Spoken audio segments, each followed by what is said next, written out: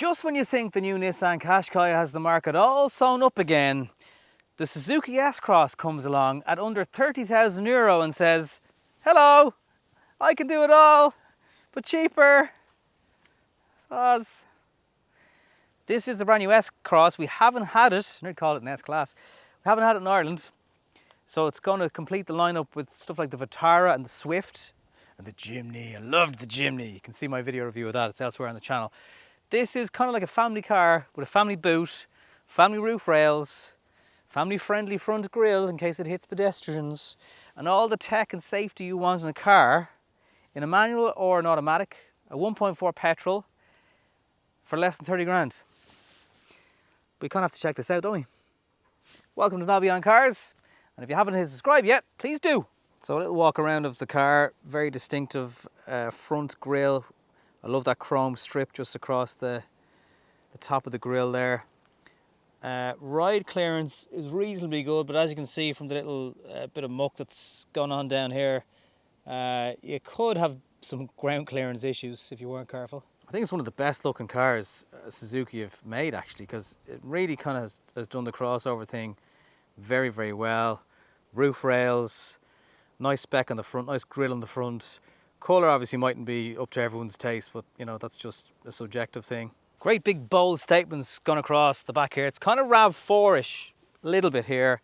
Big black plastic bumper going on here. And just before I check out the rest of the boot with you, if you'd like to support us on Patreon, we are a fully independent channel for the price of a cup of coffee a month. I'm not messing. In Dublin City Centre anyway, you can support the channel, like we're talking a fiver, and you'll help support this fully independent carry on that we do here on the channel. S-Cross boot, what is it like? Boot is a good space. It's like your typical family hatch type size.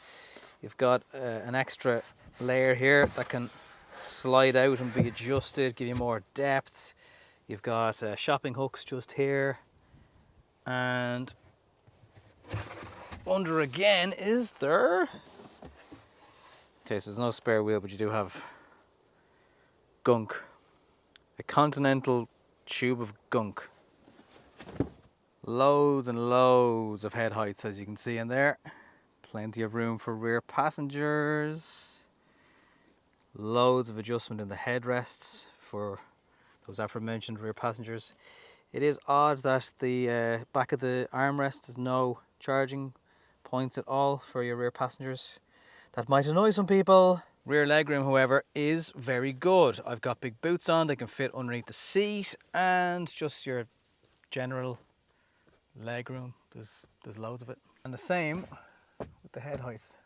There is a reasonable enough. I'm not quite 6 foot, so could be more headroom needed depending on how tall you are, but I think it's reasonably acceptable. It's a 1.4 booster jet mild hybrid engine. It's a 4-cylinder. It's smooth. It's quiet. It is 129 brake horsepower, 235 newton meters of torque. Not the torquiest, perhaps.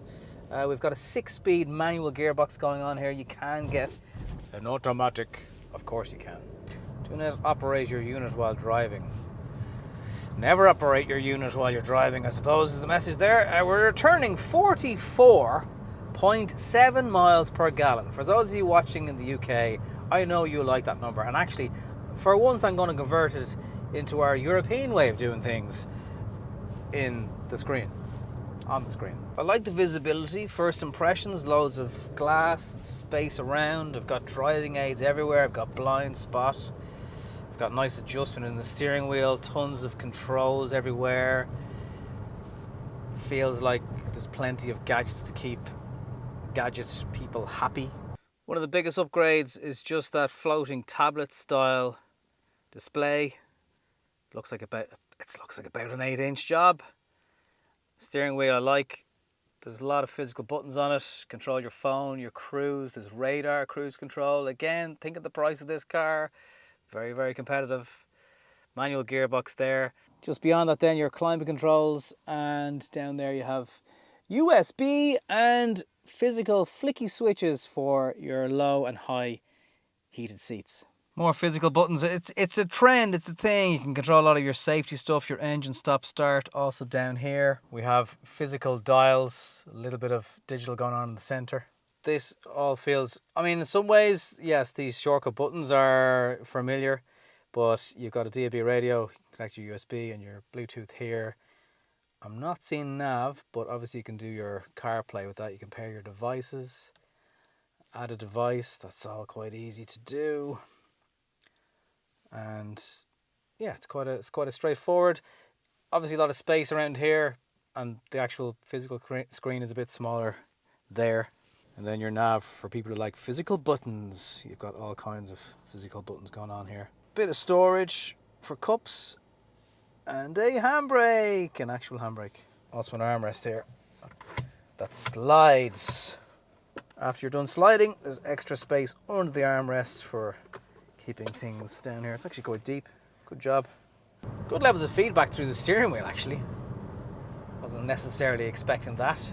Warning lane departure going on, so that'll tell you if you're going to veer to the wrong side of the road, although your brain should ideally be telling you that anyway. If you do like that somewhat elevated seating position, then this would be a car for you, because you are sitting slightly higher up. And yeah, there's just a nice seating vibe going on. I like the way everything's kind of within reach, you know. You're not stretching for anything. Screen buttons going on, physical buttons going on. So I think overall, it's a happy enough place. Suzuki definitely making nicer steering wheels than ever. It's nice and soft, huge, big. Oh, the horn. Yeah, that's probably not what I was expecting. A little bit. Meep, meep. It's all going so well until the horn got involved. Seems reasonably well suited to Irish roads as well. These aren't the worst condition roads I've ever been on, but it's handling any lumps and bumps with ease. Just coming up to a bend here now. How's the handling? Oh, nice, yeah. No, actually, there is enough torque through the gears. I kind of take that earlier comment back.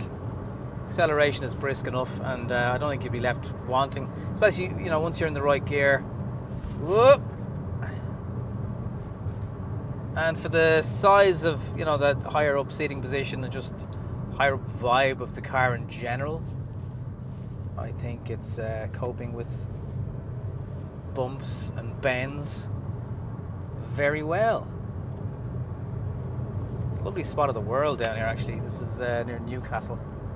Although you could feel like you're somewhere in mainland Europe, just yellow rapeseed fields, and yeah, it's a nice vibe.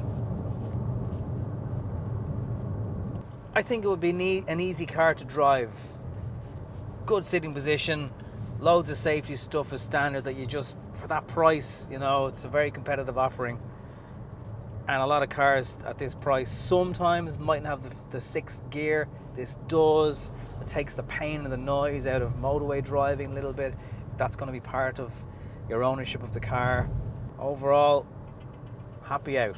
So that's the crack. That's the S-Cross. Very reliable car because it's made by Suzuki.